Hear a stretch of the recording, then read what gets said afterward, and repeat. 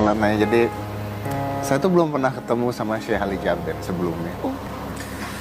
Terus tadi tuh saya sedih banget, tadi pagi tuh saya sedih banget. Saya tuh harusnya naik satu video lah buat di YouTube ya. Terus tiba-tiba saya dengar kabar itu, terus videonya saya take down. Terus saya buat satu video tentang Syekh Ali Jaber. Saya bilang di video saya, terserah lah orang mau bilang saya nge-review kayak mau bilang apa, tapi emang saya pengen ngomong sesuatu gitu. Yang luar biasa tuh gini Ustadz, beliau itu, ini mungkin nggak banyak orang yang tahu, beliau itu kan banyak orang ngomong, wah kok Syekh Ali Jaber itu mau datang ke podcast saya sehari setelah beliau ditusuk. Itu kan jadi pertanyaan orang. Itu juga jadi pertanyaan saya gitu. Jadi ketika beliau datang itu dengan tangan yang masih ditutup, dibungkus, itu saya tanya sama beliau, Syekh, kenapa Syekh bersedia untuk datang? Terus tahu nggak sih jawaban Syekh Ali Jaber? Itu jawab begini saya, oh saya harus. Kenapa harus ya? Karena kalau tidak Indonesia bisa perang. Hanya karena satu orang manusia ditusuk. Ya Allah. Hanya karena saya ditusuk.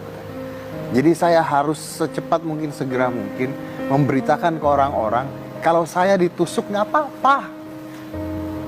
Itu kalimatnya? Itu kalimatnya. Itu urusan saya dengan Allah, saya ditusuk itu sudah nasib saya. Jangan sampai Indonesia pecah, jangan sampai Indonesia perang hanya gara-gara satu orang manusia biasa ditusuk sama orang lain.